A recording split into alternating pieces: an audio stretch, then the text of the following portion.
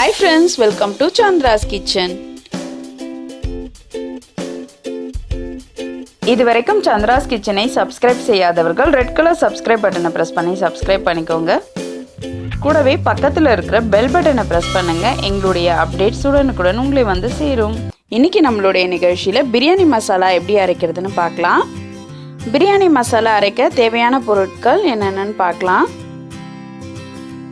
பட்டை, இந்த பட்டை வந்து பார்த்திங்கன்னா கொஞ்சம் பெருசாக இருக்குது. இது மேலே வந்து லைட்டாக தோல் இருக்குது, அதை எடுத்துட்டு நான் உடைச்சிக்கிறேன். இது என்னுடைய ஃப்ரெண்டு ஒருத்தவங்க வாங்கிட்டு வந்து கொடுத்தாங்க, அதனால நான் இதை எடுத்திருக்கேன். நீங்கள் வந்து சுருள் பட்டை யூஸ் பண்ணிக்கோங்க. அடுத்தது நட்சத்திரப்பூ. இந்த நட்சத்திரப்பூ வந்து 10 கிராம் எடுத்திருக்கேன். ஏலக்காயில் நிறைய மருத்துவ குணங்கள் இருக்குது. நம்மளுக்கு சளி ஏதாவதுனா ஏலக்காவை பொடி பண்ணிவிட்டு நெய் கலந்து சாப்பிட்டோம்னா அந்த சளி சரியாகும். இதுவும் 10 கிராம் எடுத்திருக்கேன். சோம்பு வந்து நான் 50 கிராம் எடுத்திருக்கேன். கிராம்பு வந்து 10 கிராம் எடுத்திருக்கேன். இந்த பிரியாணி மசாலா எல்லாத்தையுமே வந்து நல்லா வெயிலில் காய வச்சு அரைக்கணும். இப்போ சப்போஸ் வெயில் இல்லாத பட்சத்தில் நம்ம வந்து கடாயில் லைட்டாக சூடுபடுத்தி அரைச்சிக்கலாம். இப்போ கடாயில் நான் பட்டை சேர்த்துருக்கேன். ரொம்ப லோ ஃப்ளேமில் வந்து இதை லைட்டாக வறுத்துக்கோங்க. ரொம்ப பொரியணும்லாம் அவசியம் இல்லை, சூடானா மட்டும் போதும்.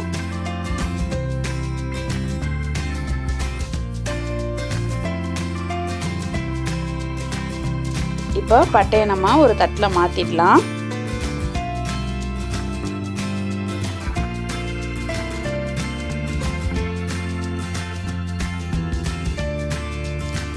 அடுத்தது சோம்பு சேர்த்துக்கலாம். இதையும் லைட்டாக தான் நீங்கள் வறுக்கணும், ரொம்ப வறுக்கக்கூடாது. இப்போ லைட்டாக இது சூடாயிடுச்சு. இப்போ இதையும் நம்ம வந்து பிளேட்டில் மாற்றிக்கலாம்.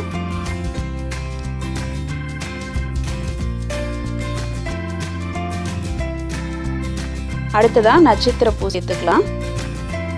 எல்லாமே வந்து வெதுவெதுப்பான சூடு ஆனால் போதும். இப்போ இதை வந்து நான் தட்டில் மாற்றிக்கிறேன். கிராம்பு, இப்போ இதையும் லைட்டாக வறுத்துடலாம். ஒரு தட்டில் இப்போ அதையும் மாற்றிடலாம்.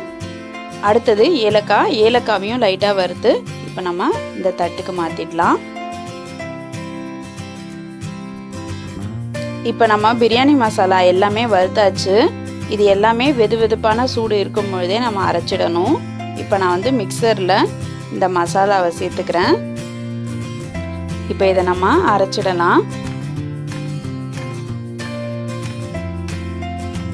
இப்போ இது நல்லா பவுடராக அரைச்சாச்சு.